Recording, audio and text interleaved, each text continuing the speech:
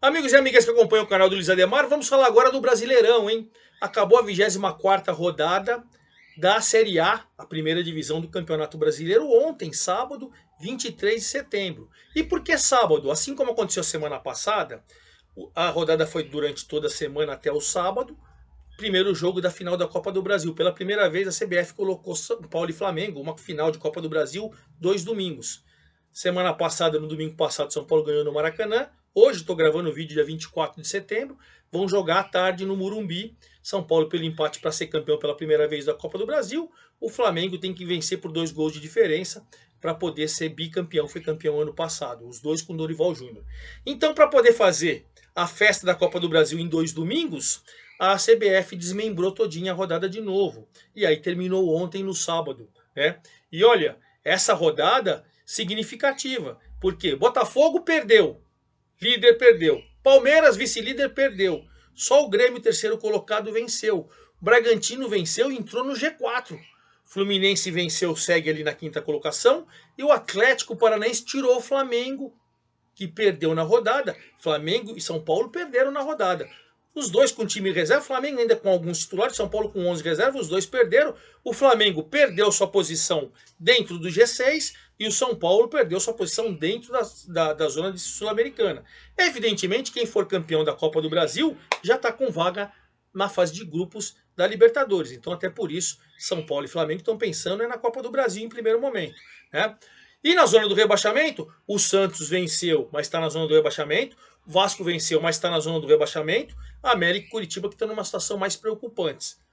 Situações preocupantes, né? Vou falar de tudo isso para vocês, falar da próxima rodada. Antes de mais nada, eu convido vocês a fazer inscrição aqui no canal do Luiz Ademar, ativar o sininho para cada novo vídeo você seja avisado. Olha, tem vídeo da Série A, da Série B, da Série C, já tem o título a semana passada da Série D, o Ferroviário vencendo a Ferroviária. Enfim, tem a Copa Paulista, tem a Bezinha do Campeonato Paulista, tudo lá para você. Tudo lá para você, certo? Então, dê seu like, dê sua opinião, faça sua pergunta, vamos trocar ideia que a gente faz lá no meu Twitter, no meu Instagram, Luiz Ademar JR, certo? Vamos começar então com o Botafogo, que reclamou muito da arbitragem, né? Reclamou muito da arbitragem ao perder do Corinthians em Itaquera por 1-0. Mas, cara, assim, eu entendo o seguinte, o Marçal foi expulso com 20 minutos do primeiro tempo, lateral esquerdo do Botafogo, e com merecimento, né? Com merecimento. Ele acertou o Pedro, pode até sem querer e tal, mas acertou, tomou o vermelho. E o Botafogo ficou o tempo todo com 1 a menos. Segurou o primeiro tempo. No segundo tempo, o Gil com 13 minutos fez 1-0. E o final do segundo tempo, o Botafogo foi em cima. Então o Botafogo é valente, foi valente, vencendo valente. Não é a líder à toa, mas com 1 a menos, jogando em Itaquera, com quase 38 mil pessoas, um calor terrível, o Corinthians sufocando, que estava numa situação delicada na tabela e tal. Eu não colocaria culpa na arbitragem. Acho que o Corinthians foi melhor, porque jogou com 1 a mais e o Botafogo lutou, mas perdeu. Botafogo segue com 51 pontos, claro que fica preocupado. O time nesse segundo turno, o que é normal. No segundo turno as equipes estão desesperadas para não cair, outras desesperadas para entrar na zona Sul-Americana, outras desesperadas para entrar na zona da Libertadores e o campeonato fica mais difícil. E o Corinthians subiu bem. O Corinthians subiu 4 posições, agora é o 10º. Já vê a zona de rebaixamento lá embaixo, né? O Santos tem 24, 6 pontos, está tranquilo. Aparentemente, por enquanto, está tranquilo. Mas o Botafogo perdeu e a vantagem do Botafogo é que o Palmeiras também perdeu. O Palmeiras foi jogar com o Grêmio. Outra vez o Abel Ferreira, ótimo treinador, vencedor, faz trabalhos brilhantes, mas chora demais, né? Falou que o Palmeiras foi roubado, vai tomar um gancho, né? Eu não vejo por esse prisma, assim como o Botafogo também reclamou, o Palmeiras, o João Pedro fez 1-0 logo com 1 minuto de jogo, o Rafael Veiga perdeu um gol incrível no primeiro tempo, né? Se você for ver, o jogo teve chance dos dois lados, o Palmeiras poderia ter empatado, o Grêmio poderia ter feito o segundo gol, e aí no segundo tempo o Grêmio conseguiu segurar um pouco mais a marcação e jogou no contra-ataque, o Palmeiras não teve força e principalmente pontaria para empatar o jogo, e o Grêmio conseguiu uma vitória fantástica.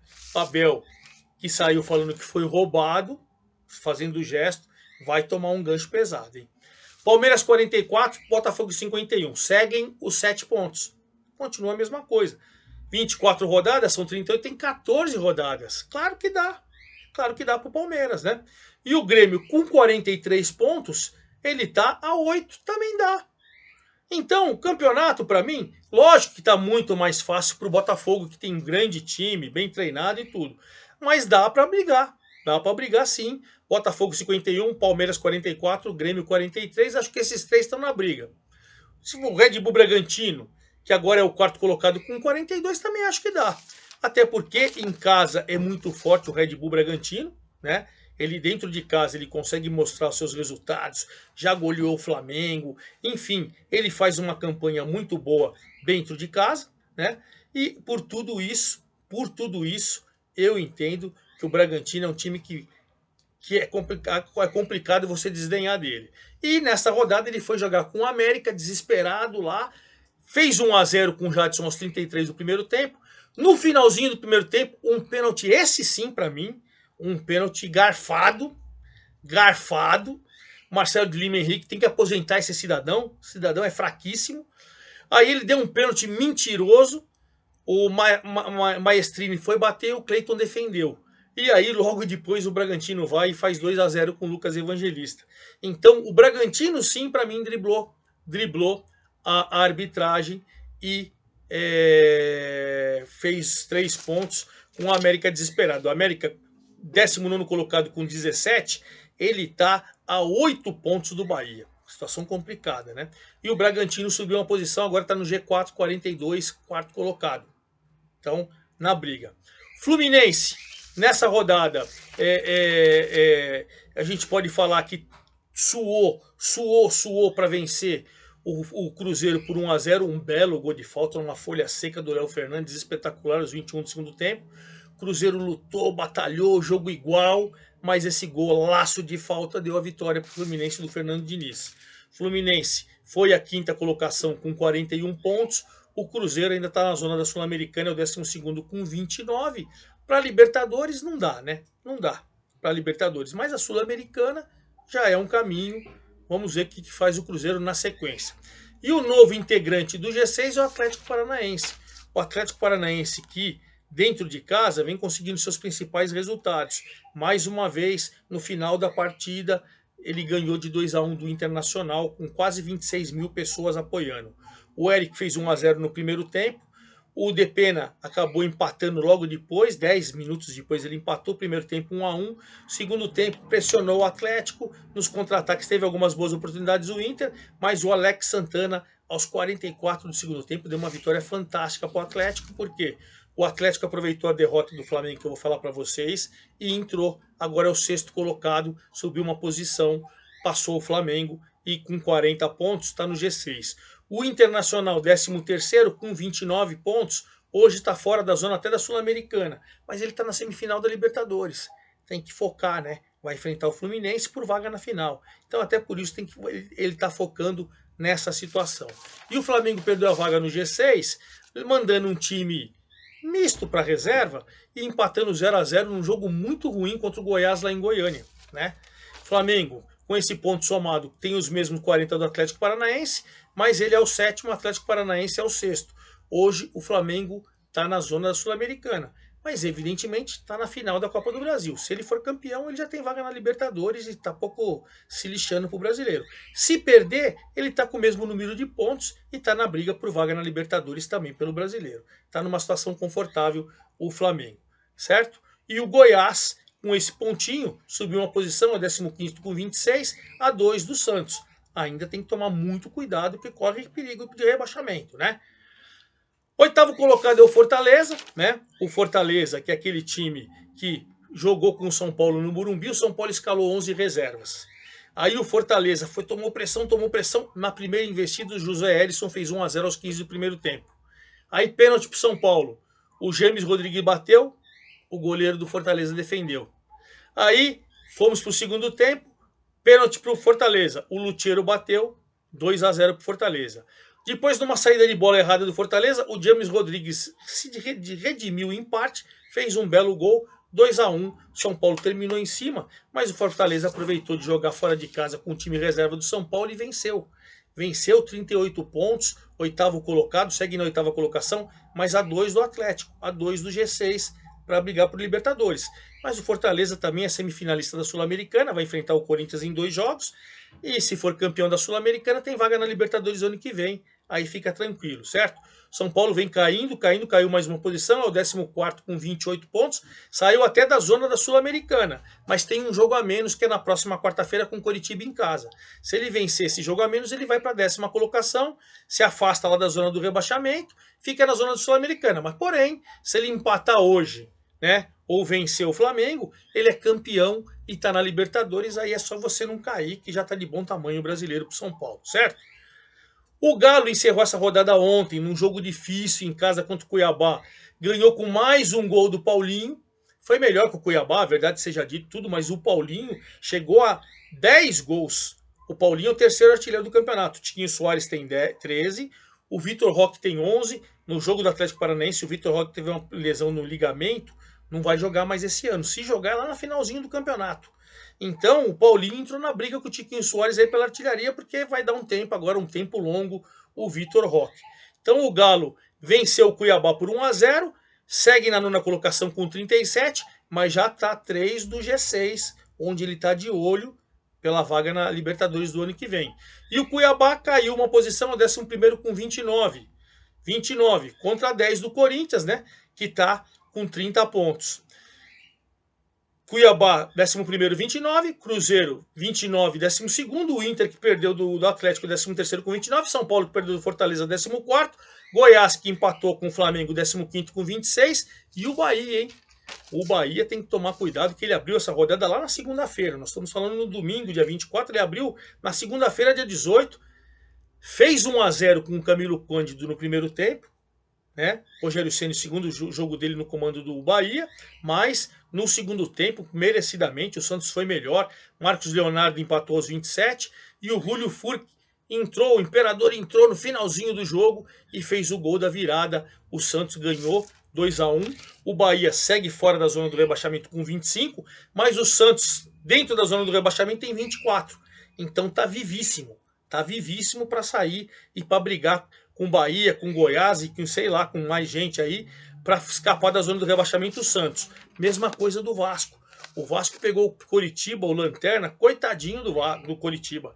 5-1, mas com grande estilo. Zé Gabriel, Rossi, Veguete 2 vezes e Gabriel Peck fizeram os gols do massacre em São Januário do Vasco. O Sebastião Gomes, quando estava 4-0, descontou aos 34 do segundo tempo. Mais uma pancada. O Ramon Dias tá dando jeito no Vasco, hein? O Vasco ainda na zona do rebaixamento, ainda na 18ª colocação, mais 23 pontos, só 2 do Bahia e a 3 do Goiás. Então o Vasco entrou direto na briga, né? O Coritiba com 14, ele tem um jogo a menos que o São Paulo. Mas mesmo que ele vence, ele vai a 17. O Coritiba está numa situação extremamente delicada. Coritiba com 14 e América com 17, para mim já caíram. Não matematicamente, óbvio, mas eles não conseguiram ganhar 3 jogos no campeonato inteiro. Não é agora que vão ganhar 4, 5, 6, 7 jogos nessa reta final. Penso eu. Acho que o América e o Coritiba já começam a se preparar, começa a colocar jogadores da base, começa a estruturar o time do ano que vem. Eu faria isso se eu tivesse um acordo. Santos 24, Vasco 23, América 17, Coritiba 14, estão na zona de rebaixamento. Então, Tiquinho Soares com 13 gols é o artilheiro, Vitor Roque com 11 é o vice, mas vai ficar um longo tempo inativo, Paulinho com 10 é o terceiro, Marcos Leonardo e o Daverson com 9 estão ali na briga pela artilharia. E aí, para a gente encerrar o vídeo, vamos falar da próxima rodada. Agora, o meio de semana todinho, nós teremos jogos. São Paulo e Coritiba vão jogar na quarta-feira, jogo atrasado do Brasileiro. Teremos jogos da Sul-Americana, jogos da Libertadores. O Campeonato Brasileiro para no meio de semana. Só no final de semana nós teremos Flamengo e Bahia. Flamengo para voltar para o G6, Bahia para se afastar da zona do rebaixamento. Sábado, 16 horas, Fortaleza e Grêmio. O Grêmio, terceiro colocado, ainda sonha com título. O Fortaleza querendo entrar no G6. Sábado, 18h30, Cuiabá e Fluminense. O Cuiabá meio de tabela contra o Fluminense que está defendendo a posição no G6.